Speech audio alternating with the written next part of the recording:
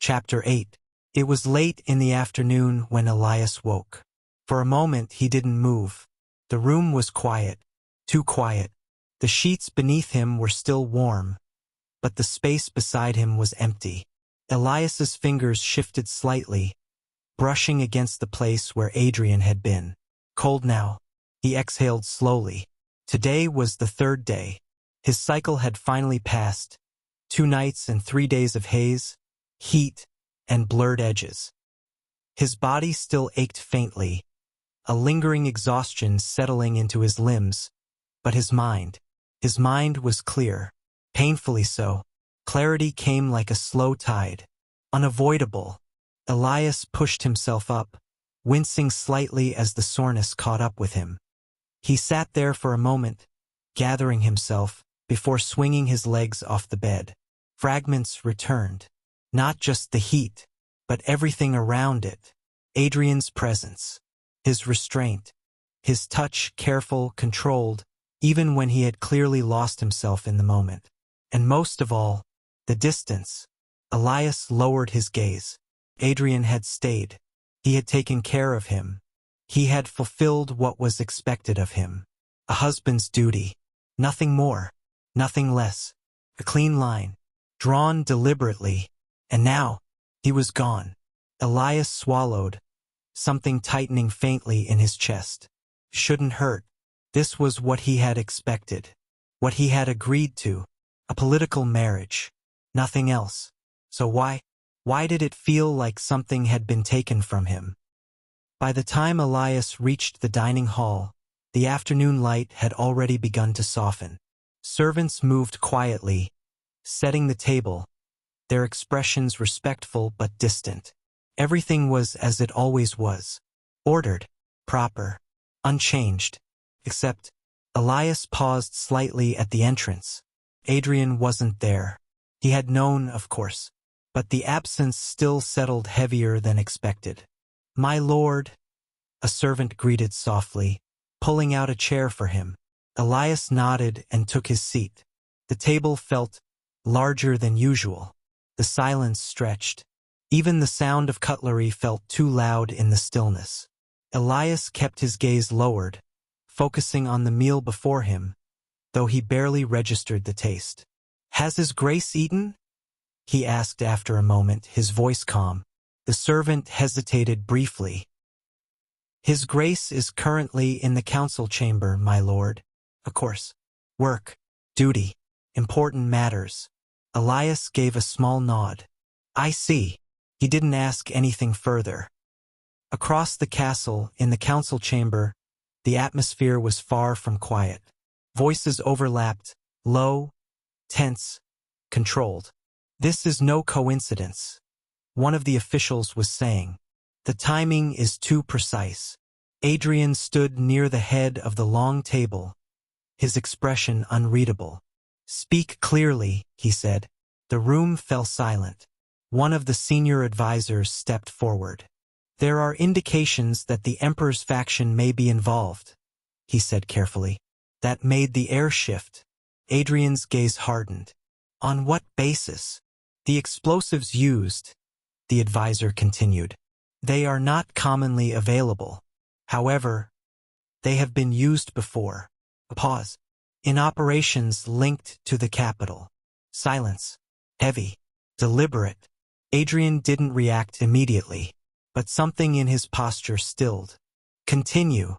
The advisor hesitated, then added, "There is also concern that this may not be an isolated act." Adrian's eyes narrowed slightly. "Meaning?" Another voice spoke this time. "If the intent is to weaken House Blackwood," the man said, "then this is only the beginning." A pause. "And if that is the case, they may seek leverage." The word lingered, uncomfortable, unspoken things beneath it. Adrian's voice dropped. "What kind of leverage?" No one answered immediately. Then, quietly, "Your marriage, Your Grace." That did it. The room fell completely silent. Adrian's expression did not change, but the air around him grew colder. "Explain." "The alliance with Whitemore ties you directly to the imperial court," the advisor said. If the emperor or his faction wishes to exert pressure. He didn't finish the sentence. He didn't need to. They could use Lord Elias. Elias stood just outside the chamber doors.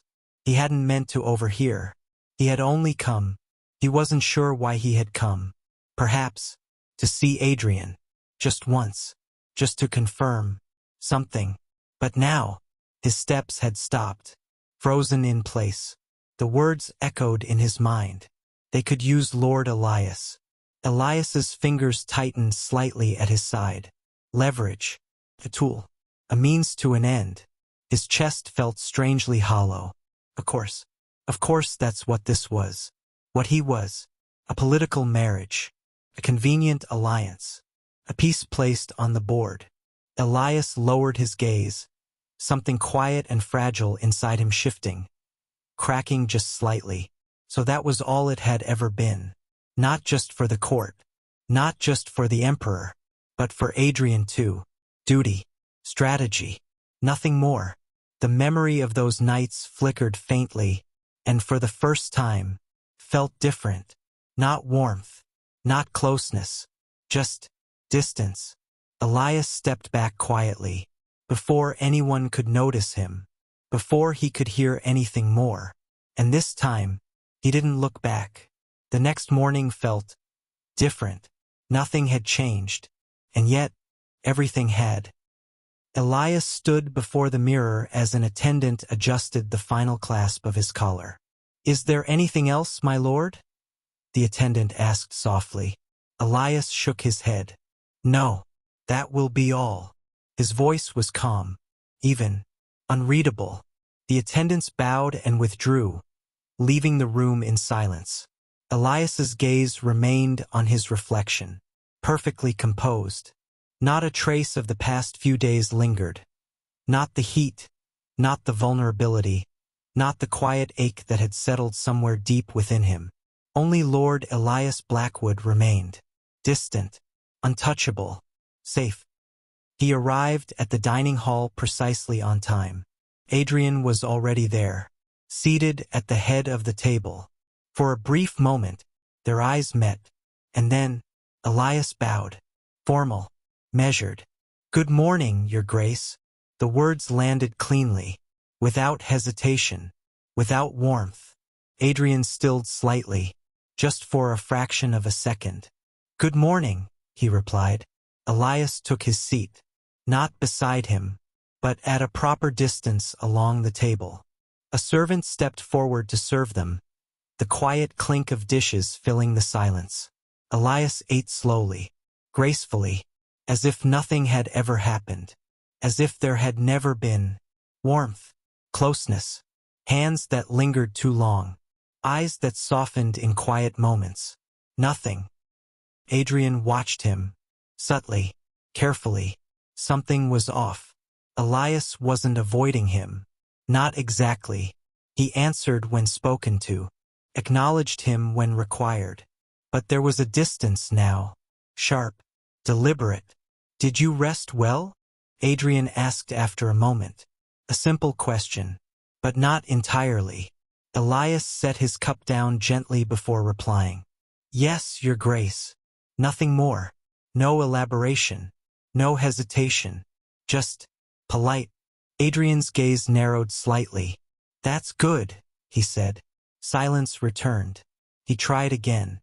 "The physician mentioned your condition has stabilized." Elias nodded once. "Yes." Another pause. Then, "Thank you for your concern." That did it. Adrian's hand stilled against the table. Concern. Not care. Not presence. Not him. Just concern. Formal. Distant. Wrong. "Elias," Adrian said, his tone shifting slightly. Elias looked up. Attentive. Respectful. Waiting. Like a subordinate. Like someone expecting instruction, not conversation. Adrian exhaled slowly. The words he had been about to say felt misplaced. Irrelevant. He stopped. "It's nothing," he said finally. Elias inclined his head slightly. "As you wish, Your Grace." The distance didn't end there. followed them, through the corridors, through the halls, through every shared space. Elias was present, but never close. He no longer lingered, no longer looked, no longer reacted. Where there had once been quiet curiosity, there was now restraint, carefully built, carefully maintained. By the afternoon, word reached Elias of the mine incident. Not through Adrian, not directly, but through passing conversation among the staff. Sabotage, they say, linked to the capital, the emperor's faction. Elias listened silently, processing, fitting pieces together. And then, the words from yesterday returned. They could use Lord Elias. A faint, almost imperceptible smile touched his lips. Not warm, not amused, just understanding. Of course, that was his role, and he had almost forgotten. Later that evening, Adrian crossed paths with him in the corridor. It was brief, unexpected. Elias stopped and bowed slightly. Your Grace. Adrian looked at him, really looked this time, trying to find something, anything of what had been there before. There was nothing, only composure, only distance. Elias, he said. Elias waited, silent, attentive. Adrian hesitated. Then, are you avoiding me? The question slipped out before he could stop it. Elias blinked, just once, then shook his head gently. Not at all, Your Grace. His voice was steady, respectful, careful. I simply did not wish to overstep again. That landed, harder than anything else. Adrian's jaw tightened slightly. Is that truly what you think? He asked, his tone sharpening. Elias paused. Something flickered across his expression. Brief, controlled, then gone. What else should I think? Elias replied quietly. Adrian frowned. That what happened between us was an overstep? His voice dropped. Is that all it meant to you? Elias's fingers tightened faintly at his side. For a moment he said nothing. Then, he let out a slow breath. And something shifted. The careful composure cracked. Not completely, but enough. What it meant, Elias said, his voice softer now, but no longer distant, is not the question, Your Grace. Adrian stilled. Elias looked up. This time, his gaze didn't waver. For once, he continued, I would like to know what you think it meant. Silence. Adrian didn't answer immediately, and that was answer enough. A faint, humorless smile touched Elias's lips. I see. He looked away briefly, gathering himself, then spoke again, steadier now. I heard about the mines. Adrian's expression shifted. That is not something you need to concern yourself with. I also heard, Elias interrupted more firmly than before, that I may be used as leverage. That stopped him. Completely. Silence fell between them. Heavy. Unavoidable. Adrian's gaze sharpened. You shouldn't have been near the council chamber. Elias let out a quiet breath. There it is. Adrian frowned. What does that mean? It means, Elias said, his voice calm but cutting now, that once again, decisions are being made about me without me. Adrian's expression hardened. That is not. I was married off without being asked, Elias continued, his composure slipping further now. Placed here for political convenience. Told what to do, how to act, what to represent. His gaze lifted again, steady, unflinching. And now, I hear that I may be used as leverage. A pause. Again. Adrian took a step forward. Elias. But no one asks me what I want. The words weren't loud, but they hit harder than anything else. Silence. Elias's voice softened slightly, but the hurt beneath it was clearer now. I am not a weapon. I am not a bargaining piece. His fingers curled faintly. I may be an Omega. My family may have pledged that allegiance, but I did not. Not now. Not when I belong here with you. But I am still a person. Adrian didn't move, didn't interrupt, because for the first time, he realized he had never given Elias the space to say any of this. Elias took a slow breath, and then, more quietly, "I want to choose."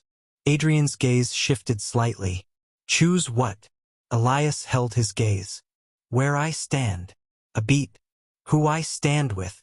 The words lingered, heavy, deliberate. "And I want to choose the person who will keep me safe." That was the one that landed.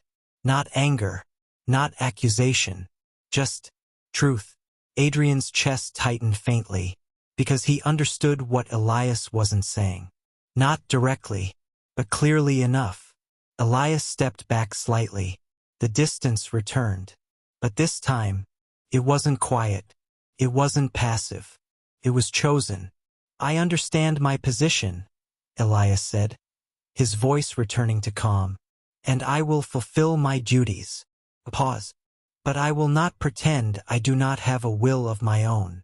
Adrian exhaled slowly. For the first time, he didn't have a response ready, didn't have control of the situation, because this wasn't about strategy, or power, or politics. This was personal. "I should have told you," Adrian said finally. The words were quiet, but real. Elias stilled slightly. Adrian continued, more firmly now. "You should not have had to hear it like that." A pause. "And you should not have had to question where you stand." Elias didn't respond immediately, but the tension in his expression shifted, just slightly. Not gone, but changed. Adrian met his gaze fully now. "No one will use you without my consent," he said. Then, after a brief pause, more quietly, "And I should have made that clear to you first." Silence stretched between them, not as sharp as before, but not soft either. Not yet. Elias lowered his gaze briefly, then nodded. A small movement, measured. "I understand." But this time, it didn't sound like distance. It sounded like something unfinished. That's it for today's video. Please like, share, and subscribe to our channel. Stay tuned for the next chapter.